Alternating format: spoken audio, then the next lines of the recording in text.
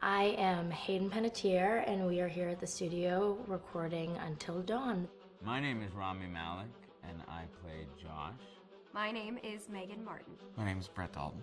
My name is Antonella Lentini, and I played Hannah and Beth. My name is Jordan Fisher, and I play the character Matthew, Matt for short. I'm Nicole Bloom, and I play Emily in the game. My name is Noah Fleiss. I am Galadriel Steinman, and I play Ashley.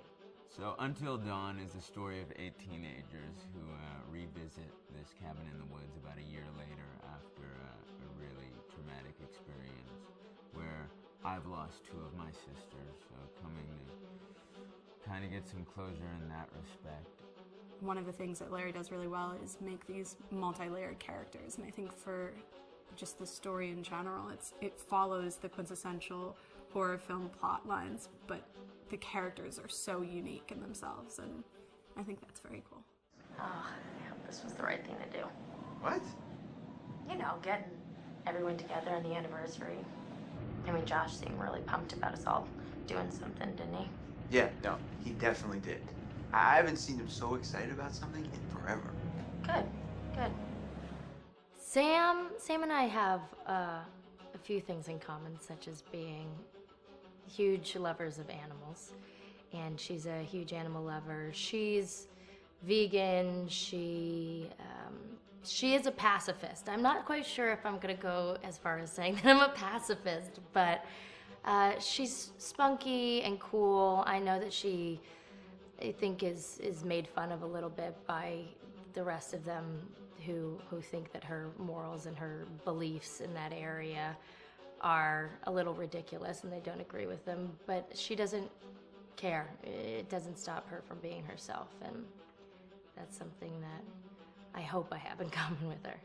You know, he definitely can be depressed at some times and a bit of a loner, but he takes some solace in one of his sister's friends, Sam, played by Hayden Panettiere, and invites everybody back to the same house the next year to kind of find some closure. Jessica she has a whole lot of personality. She is definitely the sort of mean girl character that, you know, at school she knows she's pretty, she knows that boys like her, and she's gonna use it to her advantage. He's got a big heart, and you can tell that that's very evident, especially how he treats his girlfriend, Emily, and, you know, he's kind of a meathead, but in the best way possible. She really knows what she wants, and she manages to get that from whomever it is, whether it be Matt or Mike. You know, she's really driven, and I can definitely relate to that.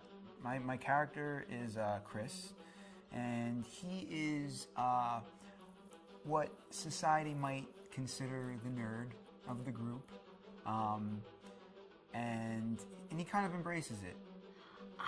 Ashley she's a little more serious than some of the other girls. She's definitely very intelligent and thoughtful. She kind of looks at the whole big picture of things. She's not quite as geeky as Chris, but they connect in a lot of ways. Mike is like big guy on campus. He's the class president who has some charm and has a brain, and I don't know, people seem to like Mike.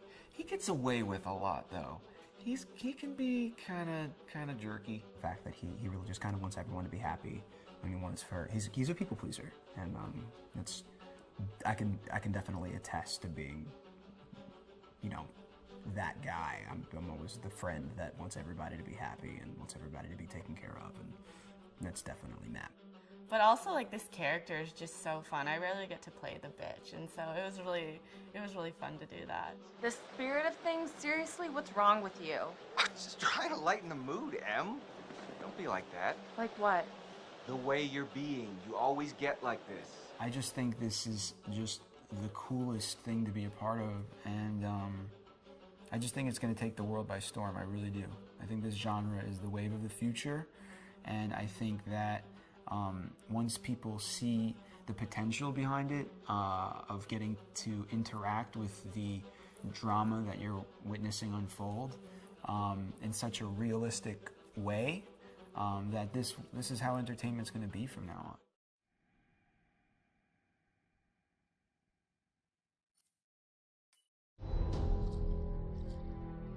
Hi, this is Lee Robinson, production designer on Until Dawn. The production design for Until Dawn started with the great teen horror script that sets the characters in a Canadian winter mountain lodge, being a contemporary setting with visual clues derived from classic films of that genre, such as Hitchcock's Psycho and Stanley Kubrick's Shining. The storyboards are vital to the production design as it allows the designer to understand the scale of the environments to be made and the detail that would be seen to create the atmosphere of a horror. This took us into concepts that took these storyboards further, visualizing the world through the color palette, the lighting, tone and the mood, and developing key locations such as the lodge, the cable car stations, the forests themselves, the wilderness. As you can see, the environments and atmospheres change quite a bit from warm and inviting to cold and threatening.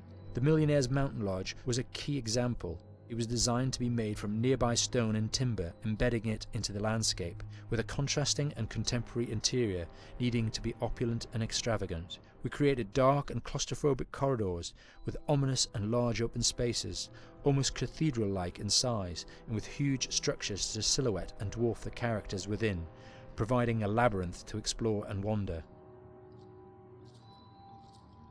Each character was developed with a strong visual identity in mind, with contrasting colours, tones and silhouettes to identify them, each to have their own texture, pattern and shape, so that when they were lined up you could always identify them.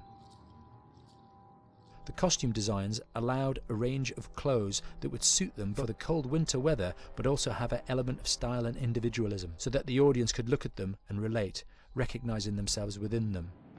A lady would like to cuddle up with her man by a nice cozy fire bathed in atmospheric mood lighting. Right. It'll get plenty toasty once we're rubbing up against each other. Mike, Yeah. fire and mood lighting. Yes. Working with the lighting artists, we really brought the look and feel of the world together, and this required a thorough understanding of the visual language of teen horror. A key scene was where all the characters emerge out of the rear of the lodge chasing Hannah. A contrast is evident straight away from the exterior wilderness to the warmth of the lodge. The attention to character lighting here is through the bounce and rim lighting, accented colours and composition, creating characters that come from the dark into the light and back again with an emotional effect. Guys, there's someone outside. What the hell? Hannah! What's going on? Where's my sister going? It's fine. She just can't take a joke. It was just a prank, Han.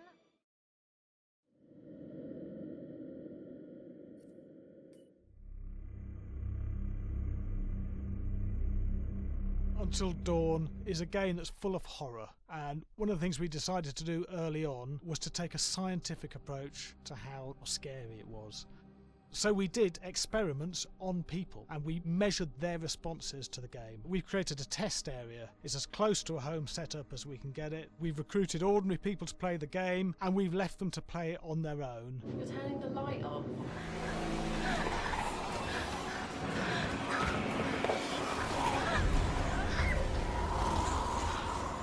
The only difference is it's rigged with cameras and microphones that relay the data through to the next room where people are watching them play. Bracelet here we use for biometric testing. It measures the player's emotional response. It's called a galvanic response sensor. It makes contact with the user's skin and it measures the electrical conductivity across their skin. It's the same principle as an old-fashioned lie detector. When you're stressed, you sweat a little, very sensitive, and picks up tiny changes if the player is feeling anxious or scared. That data's fed back to a testing team, comes through as a graph. I'm so sorry.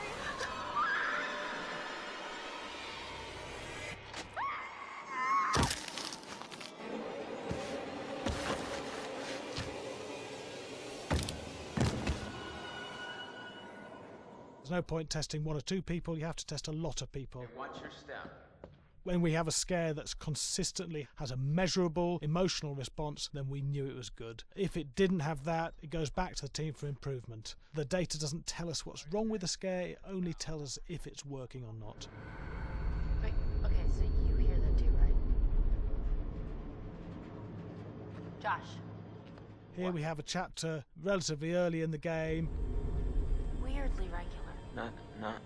nothing regular about it. We have to create tension and anxiety in the player so they are ready to receive the scare.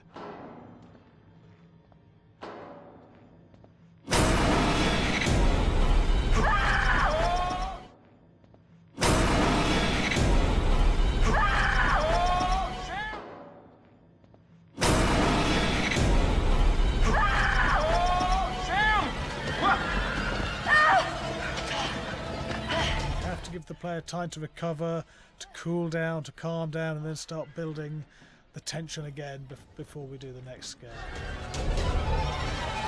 Hey. What? Hey. What the hell? Boom. You just got mumped.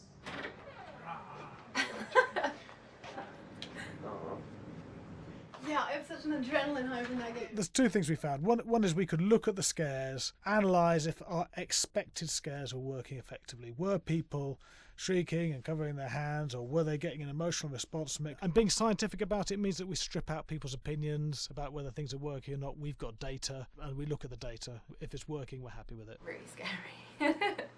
Bit scared and wanting to get away. I actually maybe a bit scared to play it on my own, but in a room with the lights on, yeah, with some other people as well, yeah, maybe. But because I'm a scaredy cat, I would play with someone in the room. And the lights on. It was one of the scariest games I've played in a long while.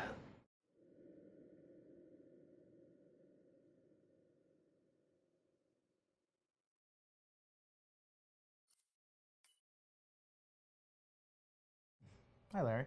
Hey, Graham. Hi, my name is Graham Resnick. I'm a filmmaker, writer, director, sound designer, and I started working with Larry Fessenden about 10, 15 years ago through my friend Ty West, who I grew up with, and have done a lot of sound design with on his films. And he was producing Ty's films at the time, and Ty introduced me to Larry. Larry produced my first feature, and we've written together on several projects. My name is Larry Fessenden. I'm a filmmaker. I run Glass Eye Pix, which is an independent production company out of New York.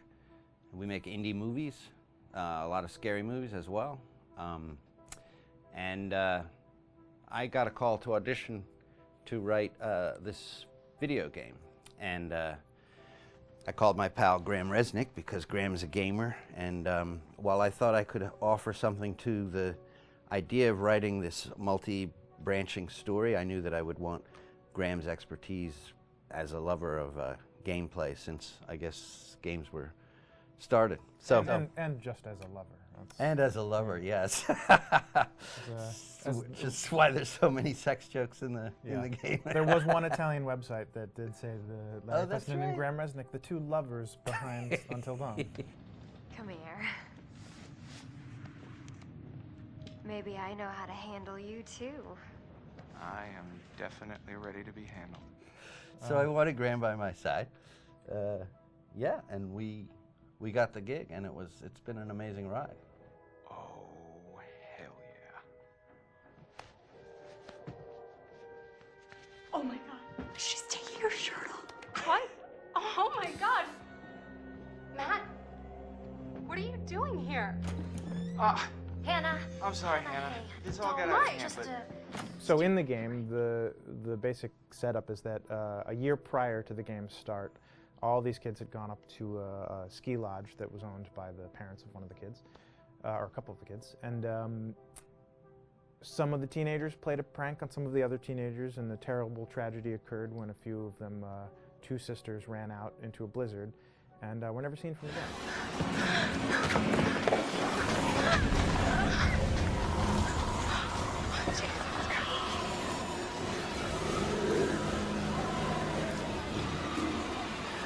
So now, a year later, this is kind of torn apart this group of friends. They've gone through some trials and tribulations in the past year. The brother of the two girls has had a lot of psychological issues, and to kind of help him cope and help them all get over it, they all returned to the lodge a year later, back up on the mountain.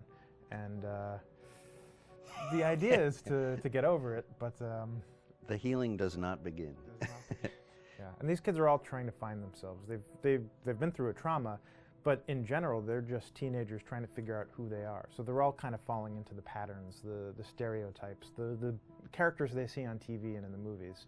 I think we were very interested in taking genre tropes and kind of making them sort of refresh them.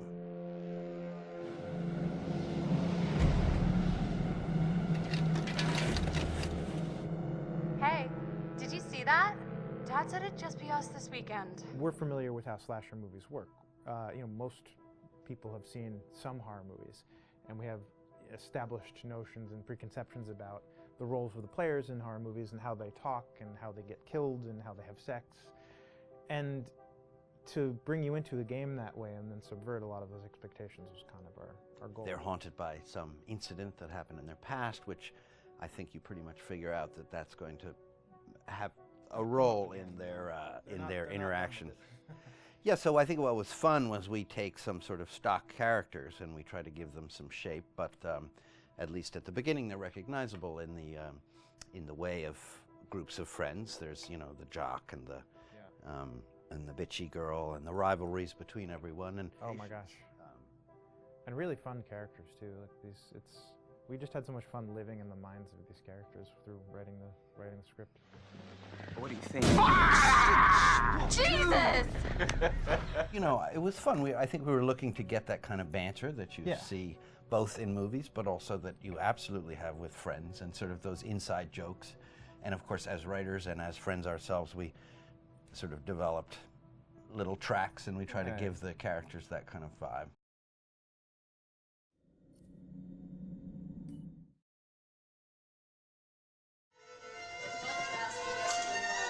Yeah, fast and violent.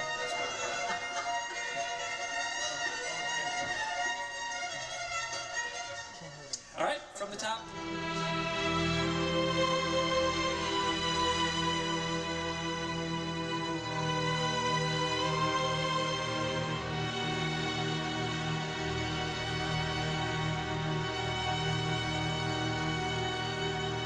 My name is Jason Graves, and I'm the composer for Until Dawn.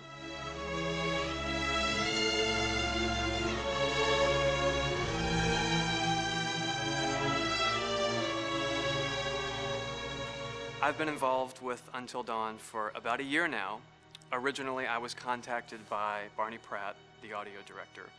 I think that had something to do with my lineage of horror games, and hopefully not the fact that my last name is Graves, although a lot of people seem to associate my name with scary music.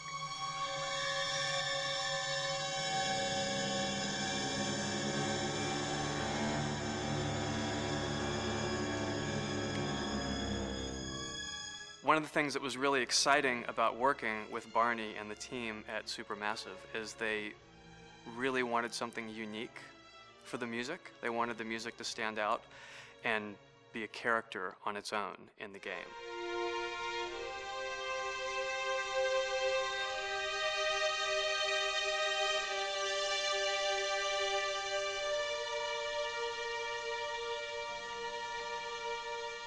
When I'm first starting on a new score, and it doesn't matter if it's film, television, or games, I always end up going to the main theme. Sometimes the developer or producer isn't even necessarily interested in the main theme at the beginning. I just want to do it for myself, because for me, the main theme is the identity of the game.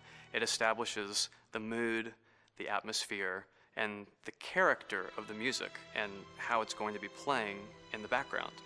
And that's what we did with Until Dawn. That was actually my demo pitch to Supermassive Games. I put a main theme together, recorded all the instruments at my studio, and sent it to them. And they liked it. We actually ended up recording that exact theme, all the instruments and everything, live here at Ocean Way, probably 9 months ago. And that's what we've been using in all the demos for the game, and that's the final version of the theme that is the main theme that you'll hear on the menus and in some key pieces of gameplay.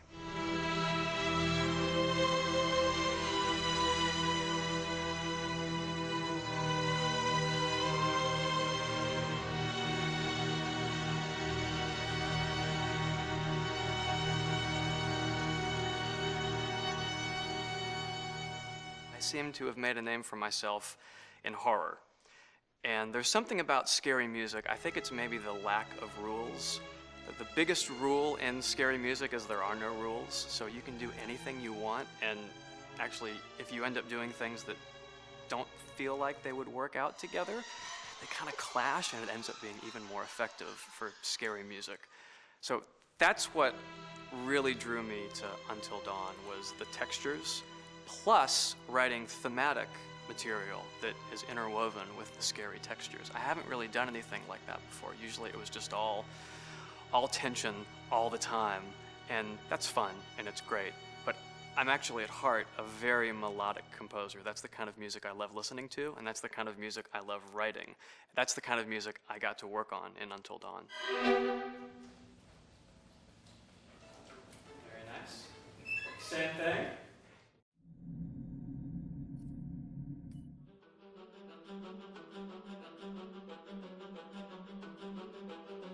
My name is Will Biles, Executive Creative Director of Until Dawn.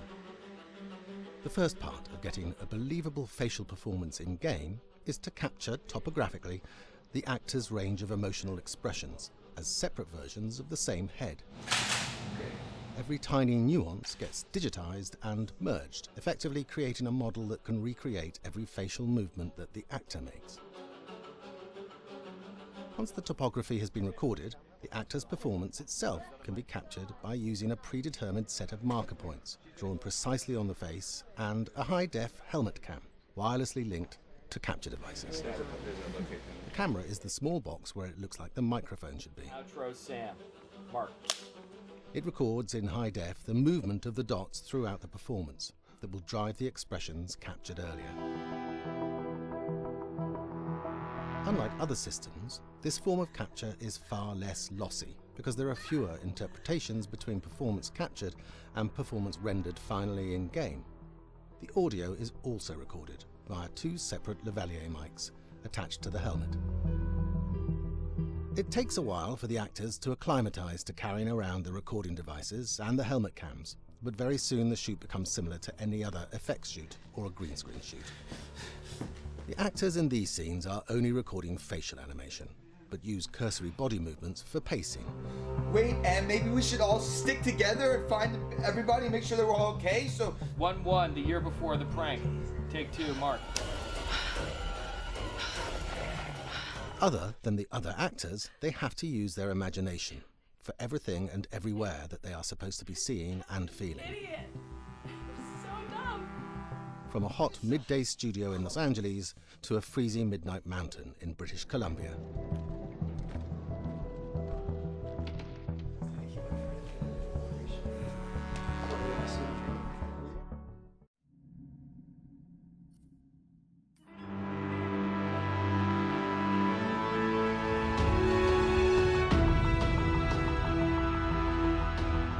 Because Until Dawn has a dynamic, ever-changing story, the facial performances and the body performances are recorded separately, with different systems.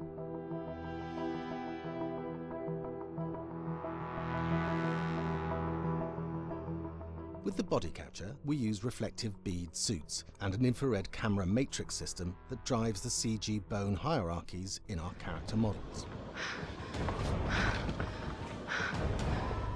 These performances cover everything from character locomotion, scene-specific performances, and stunt work, most of which was recorded at studios in Pinewood and Shepperton, near London.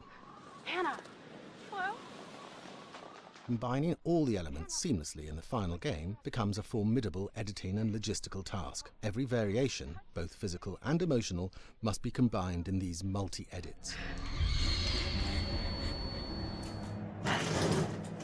Scaffolding props have to stand in for the sets, because the hundreds of infrared cameras have to be able to see all of the reflective beads on the actor.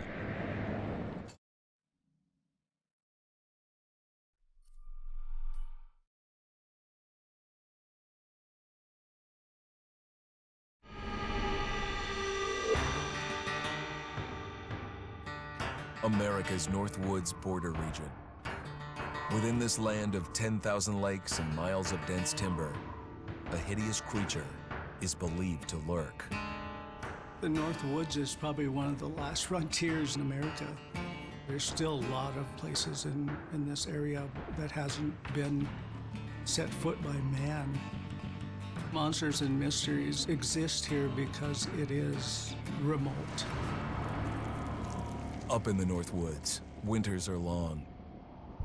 In times of biting cold and isolation, a devouring monster is believed to come forth. It's terrorized native people for generations. Growing up, I was told, like, don't go outside, the Wendigo will get you.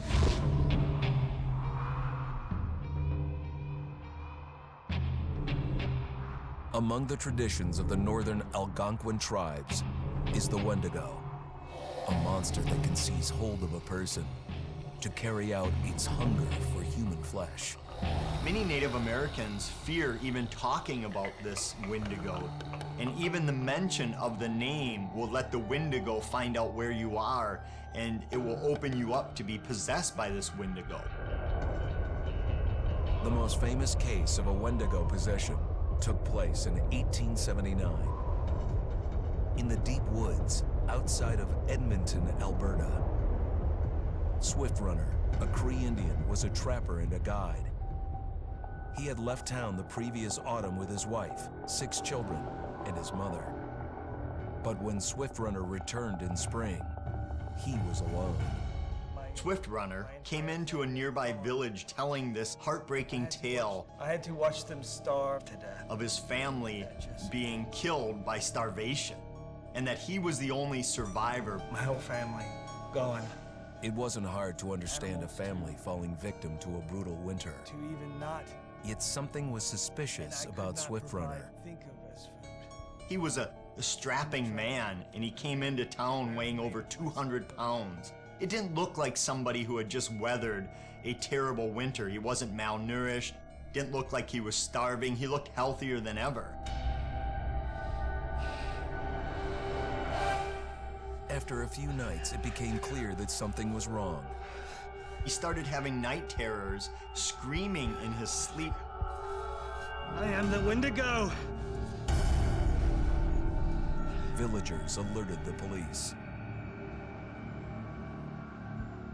Swift Runner actually guided them back to his winter cabin. When they got there, that's when they saw the true horror.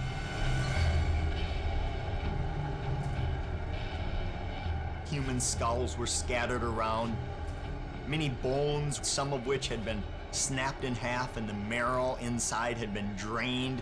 They had never seen anything like it. Swift Runner had killed his entire family, shooting them, hitting them with an axe, strangling, and then eating most of their bodies.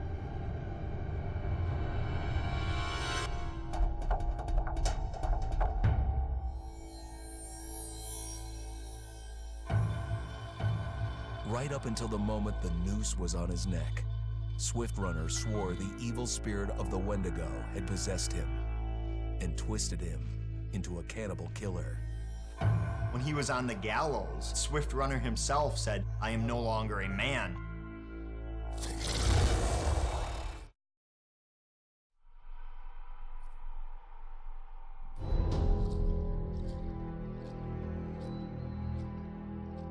Just move over there. Go on, move. Let me say what I came to say. I'm here to tell you what you're up against being back on this mountain. You should never have returned. I don't know why you did after what happened last year. You mean with Hannah and Beth? Yeah, how could you know without being involved? I don't take kindly to you kids coming up here to my mountain. Your mountain. The mountain don't belong to me, it's true. But it don't belong to the Washingtons. This mountain belongs to the Wendigo. Hi, this is Lee Robinson, production designer at Supermassive Games. Understanding the ancient myths of the Wendigo was key for their development that helped the visual look. Through sketches and concepts, these elements were visualized, such as eyes being milky, almost dead, with loss of lips and eyelids due to frostbite, fangs growing and arms and legs getting longer, with skin hardening and thickening to look snarling and menacing, yet withered and lean. The hell was that? Another fucking piece of fingers and toenails extending like claws, allowing them to climb effortlessly. We made them look gaunt and weathered, and having ragged remains of clothes they wore. Blood-stained and rotten, with patches of hair still remaining, they retained strong skeletal limbs, which enable them to be agile and quick through the environment. Where are you? My name is Jamie Gallipo, animation director at Supermassive.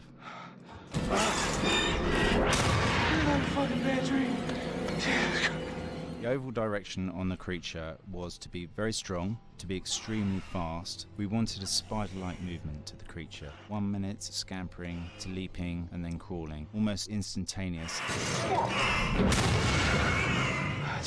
And finally, we wanted the creature to have this real, uncontrollable thirst for flesh.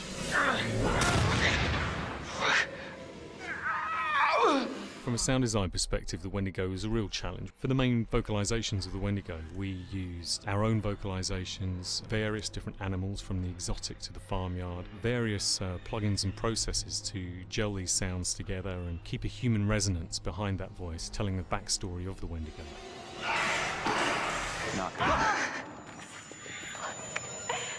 During the chase sequences, the anger of the Wendigo is felt by encircling breaths, screams and screeches that essentially chase you as you're being chased by the Wendigo.